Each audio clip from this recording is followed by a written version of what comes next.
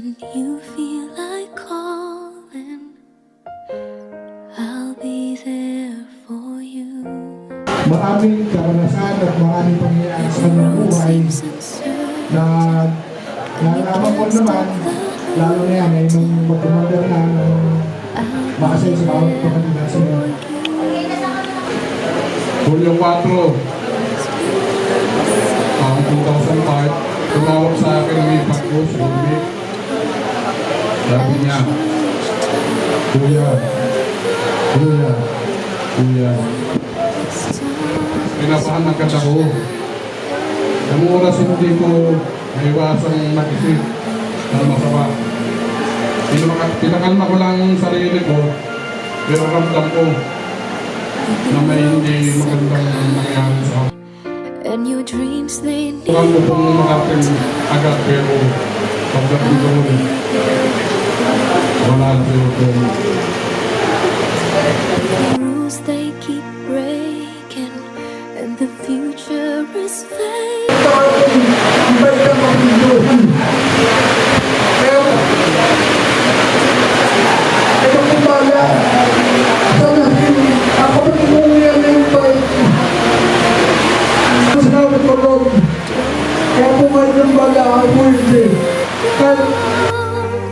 When the stars won't shine anymore.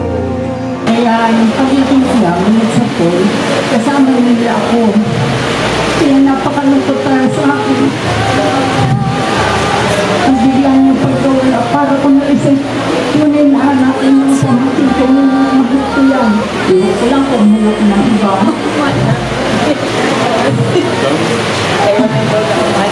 Si Hindi po ay mabait yan. Kaya lang kung minsan paglasing, gawin pang dalawa.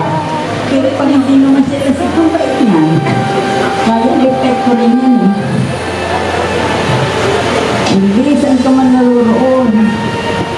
Hindi ka maayos sa akin kulita. Mahal kita.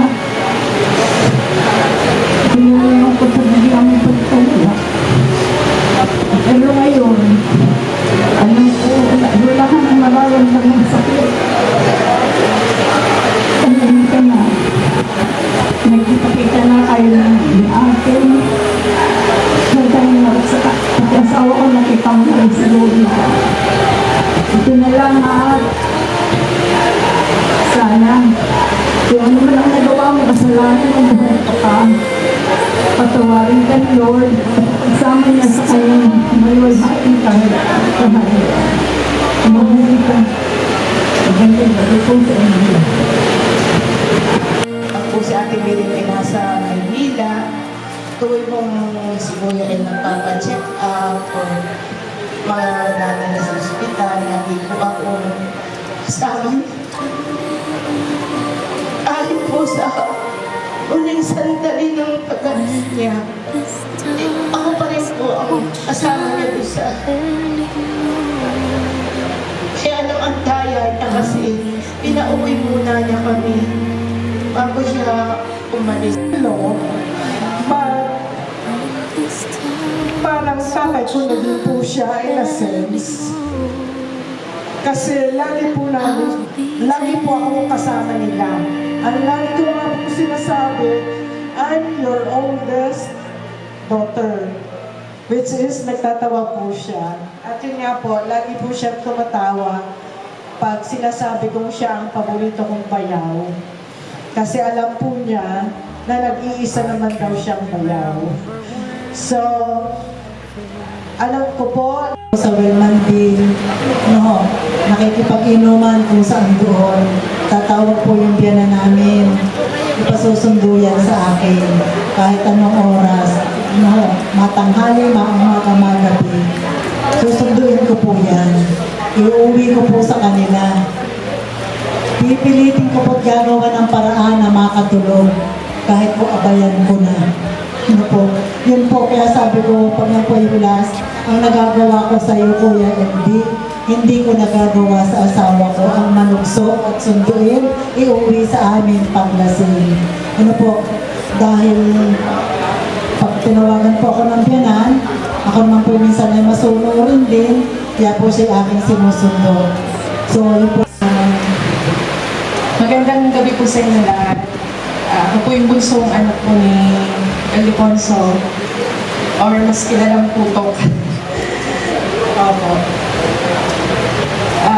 Siya, tunay nga po palang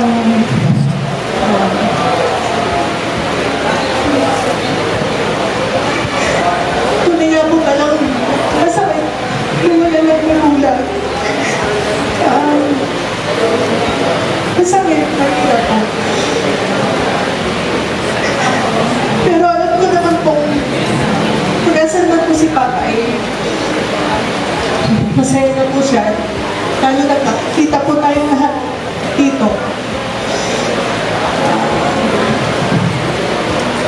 Baon-baon ko na lang po yung mga masasayang memories namin together. Hindi ko nga rin po malilimutan yung hinahanap po niya sa akin yung belt niya. Kasi yung belt po na yun, hirapan po kami noon. Ginawa po niya, yung post ko po sa FB, yung picture ko po, doon po siya nag-comment. Hinahanap po niya sa akin, Abby, asa na naman yung belt ko? So lahat po na nakakita ko, nag-reply sa akin, nag-PM sa akin na, Papa, huy na, yung belt mo, ibalik mo na. Si Papa po kasi, ulan nga po na sabi ni Tita, wala naman pong perfect na pamilya, kumbaga po. Pero,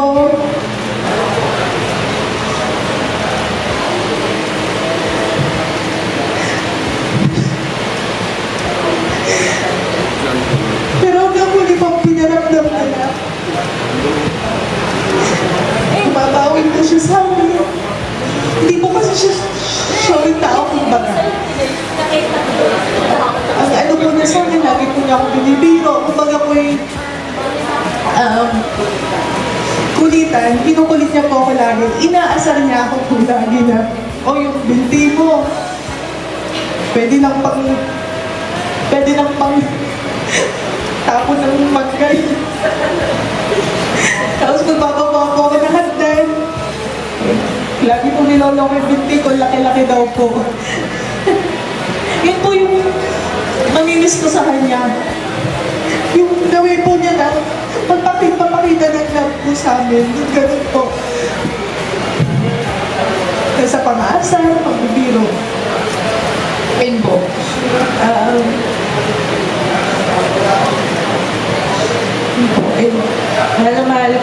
Mahal po namin na si Papa. At hanggang sa huli po,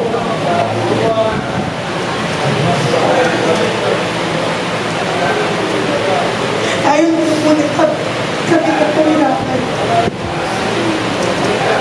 Kami pa din po yung inisip na hanggang huli.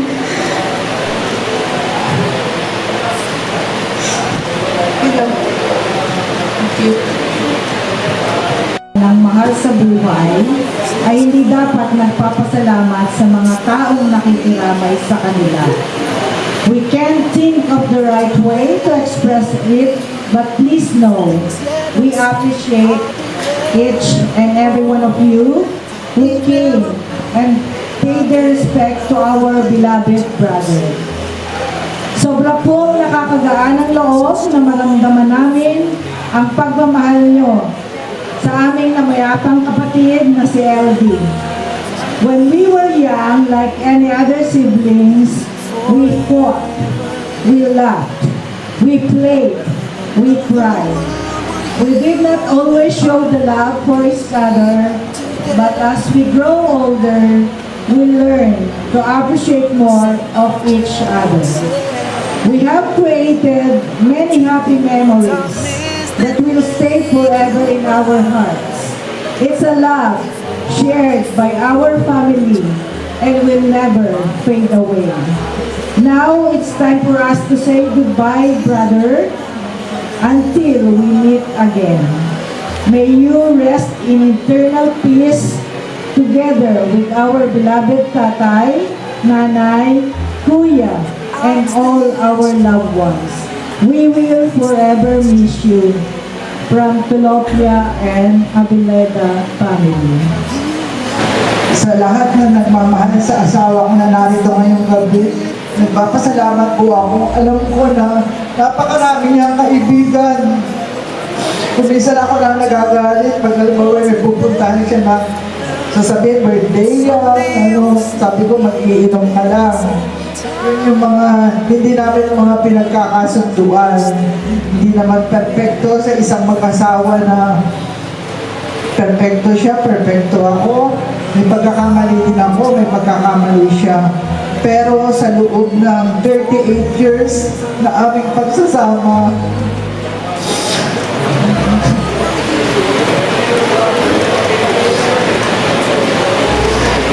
sa loob ng 30 years na aming pagsasama, dito pumunta kami sa London, nagkaroon kami ng mas matinding banding sa isa't isa. Kasama ang aking apo, kasama ang aking anak. Ang ikinaano ko lang sa kanya, hindi niya sinabi ang totoo or may nararamdaman siya, pero lagi naman namin siya pinapacheck up doon. Ang sabi lang niya, samahan mo ako pag-uwi, ihatid ko ako, at ikaw na lang ang babalik. Kaya nagtataka ako, bakit gano'n lagi ang sinasabi niya. Tapos doon sa nakita ko sa mga chat niya doon sa kanya mga kapatid na maraming salamat sa iyo ate na napasaya mo ako sa pagbabakasyon ko dyan sa London. Tapos si Merna yung pinakang pet niya na gusto niya pagmamanasyal kami kasama si Merna. Kaya nagpapasalamat ako sa pamilya ng Abiledas, kay Kuya Eddie, kay Ate Allen, kay Bilen, at saka kay Marina. Yun ang hindi niya malilimutan. Habang namamasyal kami sa Big Ben, doon sa may London Bridge, tinanong ni Ate Allen, bakit ka umiiyak bro? Nasabi niya na iiyak lang din daw siya sa kaligayahan kasi hindi lahat ng tao ay makakapunta doon. Kaya isang lesson din sa amin ang pagpunta namin doon, napalapit kami sa isa't isa, lalo sa kanyang mga kapatid. At nito nga nakauwi na siya sa Pilipinas, nagtataka ako kung bakit ako yung gusto niya laging kasama, hindi yung katulad nung na pagdadating, pupunta siya sa pupunta muna ako doon at ganon-ganon. Ako ang inaano niya, sasabihin niya, tayo na, magbayad na tayo ng kuryente, tayo na, bumili na tayo ng gamot. Samantalang noon, ng mga nakaraang hindi niya ako niyayaya at hindi siya sumasama sa akin sa Manila. Last Tuesday, lumuwas kami, masaya pa siya. Hindi siya umiinom ng kape, pero inubos niya yung kape ko nung bumili kami ng kape sa Tim Hortons. Sabi niya, masarap pala ito, hindi mo ako binibili. Pero tataka ako dun sa mga kinikilos niya. Tapos nung umuwi na kami, mga 12:30 na madaling araw, nung tanghali, tinawag niya si Abi. Naririnig ko yun, nasa taas ako. Ang sabi niya, Abi, ayusin mo nga itong cellphone, kukunin mo yung maganda kong picture at may lalagyan ako. Wala naman sa akin. Akala ko, gano'n lang, mahilig talaga siya mag-picture. Pero, hindi ko alam yan na pala yung huling pagpapalit niya ng profile pic. Kaya, masakit para sa akin, lalo na ngayong gawin ito, na magpaalam sa kanya.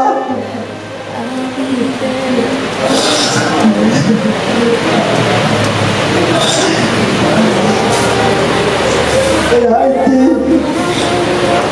bantayan mo kami ng mga anak ko, ng apo ko, at hindi ka namin makakalimutan. Mahal ka namin. Yun lang po. Amin Diyos sa buhay, nagpapasalamat po kami sa iyo. Alam ko po ang kalungkutan na nalungkot sa William sa pagkawala